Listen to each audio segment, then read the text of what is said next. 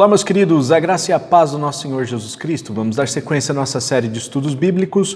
Hoje no Evangelho de Mateus, no capítulo 8, nós vamos ver o que aconteceu logo após Jesus ter pregado o seu famoso Sermão do Monte. Ele termina o seu sermão e parte para o ministério, parte para a ação. Vamos ver o que diz a palavra do Senhor no capítulo 8, versículos 1 até o versículo 17. Diz o seguinte: Quando ele desceu do monte, grandes multidões o seguiram. Um leproso, aproximando-se, adorou de joelhos e disse: Senhor, se quiseres, podes purificar-me.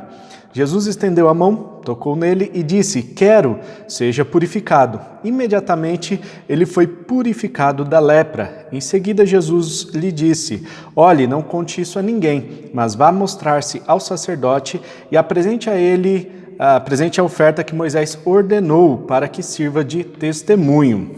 Entrando Jesus em Cafarnaum, dirigiu-se a ele um centurião, pedindo-lhe ajuda, e disse: Senhor, meu servo está em casa, paralítico, em terrível sofrimento.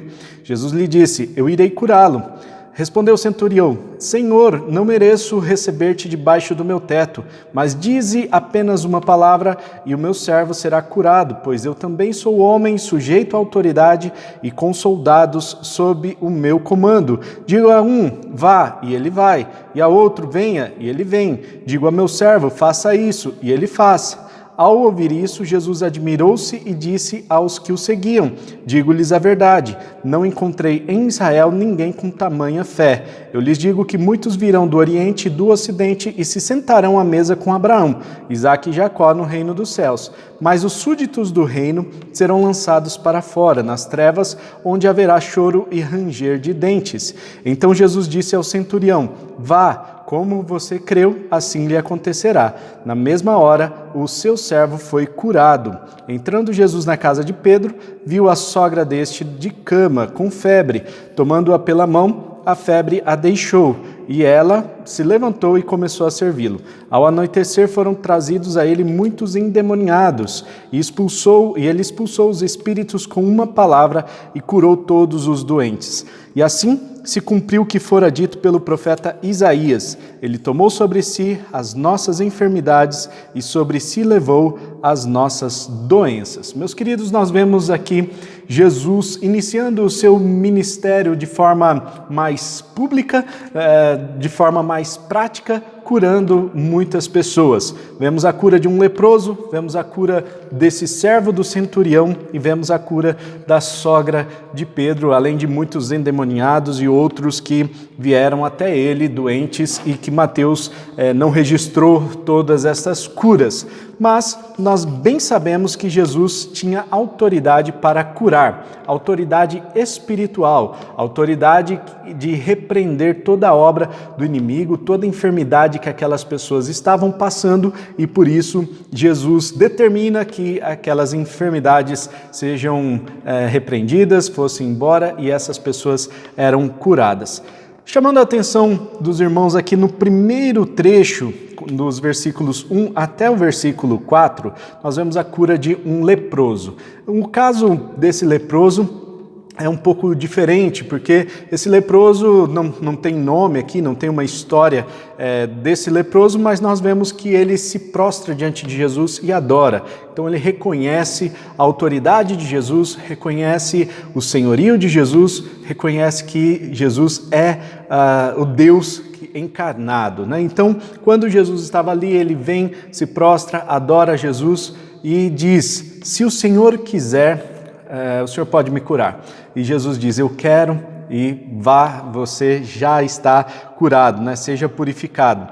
A lepra naquela época se referia a uma série de doenças, né? Não só a questão da hanseníase, né? Como alguns estudiosos até indicam, mas todos os tipos de doenças de pele eram chamadas de lepra, né? Então, a doença de, por exemplo, uma sarna, alguma coisa por falta de higiene, aliás, coisa que era muito difícil naquela época, as questões sanitárias eram precárias e, por isso, as pessoas tinham muitas doenças de pele. acreditava-se que essas doenças de pele eram contagiosas. Então, as pessoas que possuíam lepra, elas tinham que viver fora da cidade. Elas se retiravam e viviam em lugares afastados da cidade. Dependiam de doações das pessoas da cidade para levar mantimentos para essas pessoas, e quando eles entravam na cidade, eles precisavam ficar anunciando: olha, leproso, leproso, estou passando. Então eles precisavam gritar aos quatro ventos que eles eram leprosos e para poder entrar na cidade. Então o leproso, ele tinha um problema de viver ali fora da sociedade, né? Então quando Jesus restaura a saúde desse leproso, ele está restaurando também o convívio dele na sociedade. Ele está permitindo que esse leproso, ex-leproso, né, volte para a sociedade, tenha vida em comunidade com os irmãos. E é importante que Jesus é especialista em mudar histórias, em restaurar pessoas e curar os enfermos, né? E nós vemos Jesus curando esse enfermo aqui, esse leproso, né? E Jesus dá duas ordens aqui, né? Primeiro, para que ele não fale para muita gente, né? Não espalhe essa notícia, não conte isso para ninguém. Jesus estava querendo evitar uma fama desnecessária antes da hora, né? Jesus sabia que as multidões já estavam seguindo, muita gente já queria ali aprontar com ele, né? Montar uma tocaia, enfim, já queriam pegar Jesus, e por isso Jesus queria evitar uma fama desnecessária, uma perseguição fora de hora. Então Jesus pede para que esse leproso não conte nada para outras pessoas. Além disso, né, nós vemos que ele dá outra ordem. Jesus diz para que esse ex-leproso vá até o sacerdote, ofereça as ofertas que Moisés ordenou para que sirva de testemunho. Naquela época, o sacerdote servia como uma espécie de juiz e uma espécie de médico também. Então, o sacerdote ele tinha que ser um homem muito sábio, né? Então, ele precisava ter o conhecimento de várias áreas ali, da medicina, do direito e também da questão espiritual, né? E nesse caso, Jesus pede para que ele vá ao sacerdote, se mostre ao sacerdote, para que o sacerdote libere esse ex-leproso para o convívio da sociedade. Ofereça o sacrifício, como Moisés ordenou, para que ele pudesse ser restaurado em todas as suas atividades. Veja só que Jesus muda, não apenas não traz apenas cura para esse ex-leproso, mas ele muda a história de vida desse homem. Depois nós vemos Jesus se encontrando com um centurião.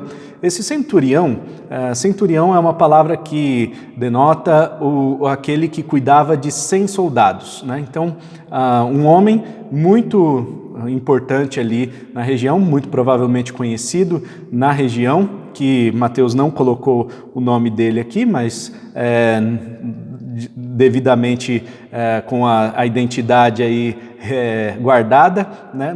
Mateus conta a história, né, e não conta qual centurião foi exatamente, mas nós sabemos então que centurião era um chefe de 100 soldados, e por ser soldados, já que naquela época Roma imperava sobre o povo de Israel não tinha soldados próprios, então esses soldados eram soldados romanos, mas esse centurião tinha um servo, e esse servo era um servo muito provavelmente judeu. Esse centurião, ele tomava conta de 100 soldados romanos ali na região, mas ele tinha alguns servos que trabalhavam para ele, e um desses servos era judeu. E esse judeu, então, estava passando por uma enfermidade, paralítico, de cama, né, e estava em terrível sofrimento, segundo o centurião. Jesus diz que vai lá para curá-lo. E o centurião diz: Senhor, eu não sou digno de te receber na minha casa, eu não mereço que o Senhor entre na minha casa, mas uma coisa eu sei, o Senhor tem autoridade. Esse homem reconhece a autoridade espiritual de Jesus Cristo. Esse homem olha para Jesus, reconhece que ele é o Filho de Deus, que ele tem toda a autoridade no mundo espiritual e diz: se o Senhor disser uma só palavra, esse meu servo vai ser curado. Então, ele reconhece que Jesus é o Filho de Deus, que tem poder para curar, e Jesus diz o seguinte: nem em todo Israel, né, eu não encontrei homem com tamanha fé. Né? E depois também complementa, né? Muitos virão do Oriente e do Ocidente e se sentarão à mesa com Abraão, com Isaac e Jacó, ou seja, muitas pessoas de fora, romanos aqui no caso, estão se convertendo, estão entregando a sua vida para Jesus, estão reconhecendo que Jesus é o Filho de Deus, e esta fé depositada no Filho de Deus é que traz salvação. Então Jesus estava dizendo o seguinte: muita gente de fora está reconhecendo, está experimentando esses milagres, está experimentando a salvação, enquanto muita gente de dentro, muita gente que está no reino, né, súditos desse reino, ou seja, judeus, vão ser lançados fora, nas trevas, onde haverá choro e ranger de dentes. Ou seja, muitos ainda vão se desviar dos caminhos do Senhor. Nós vemos que Jesus estava trazendo aqui uma chamada de atenção geral, né, dizendo assim: olha, está parecendo que o pessoal de fora dá mais valor do que o pessoal daqui de dentro. É o que parece, está parecendo que eu vim, né, exatamente para aqueles que são doentes, mas as pessoas de fora estão se convertendo, e os súditos desse reino, os judeus, não querem reconhecer isso. Então, Jesus chama a atenção daquelas pessoas e opera a cura na vida desse servo do centurião. Na mesma hora, o seu servo foi curado, como diz aqui no versículo 13. E por último, no último trecho aqui, nós vemos a cura da sogra de Pedro. Jesus chega na casa, percebe que aquela senhora estava de cama com febre, Jesus a toma pela mão e ela se levanta e a febre a deixa e ela passa a servi-lo, né? Nós vemos que muitos outros milagres aconteceram. Mateus não deu conta de registrar todos, mas nós vemos que em todos esses milagres nós vemos um ponto em comum: Jesus é o Senhor de todo mundo espiritual, o Senhor de todas as enfermidades. O Isaías, capítulo 53, versículo 4, diz que ele tomou sobre si as nossas enfermidades e sobre si levou as nossas doenças. Isso não significa que ele toma para si, no sentido de que ele agora é dono dessas doenças. Não, ele repreende, né? Ele é senhor dessas doenças, né? E porque ele sofreu na cruz, ele tomou para si as nossas dores, ele sofreu na cruz todas as nossas enfermidades para que a gente pudesse ter vida, nós pudéssemos então desfrutar da plena saúde quando nós temos fé, quando nós depositamos a nossa fé no nosso Senhor Jesus, que é esse homem que possui autoridade sobre todo o mundo espiritual. Muitos endemoniados foram curados e nós sabemos que podemos confiar nesse Jesus que tem poder sobre o mundo espiritual, sobre as enfermidades, sobre a dor que você está sentindo, tudo que você está passando. Jesus tem poder para te curar. Coloque isso diante do Senhor, creia, tenha fé e Ele vai te curar com certeza. Fale com Ele. Peça para que Ele te cure e você vai experimentar com certeza uma cura sobrenatural nesses dias. E depois conta aqui o testemunho nos comentários aqui do vídeo, porque vai fazer muita diferença e vai ajudar muitas pessoas a aumentarem a sua fé, a fortalecerem a sua fé no nosso Senhor Jesus Cristo, tá certo? Um forte abraço, até o próximo devocional, tamo junto e tchau!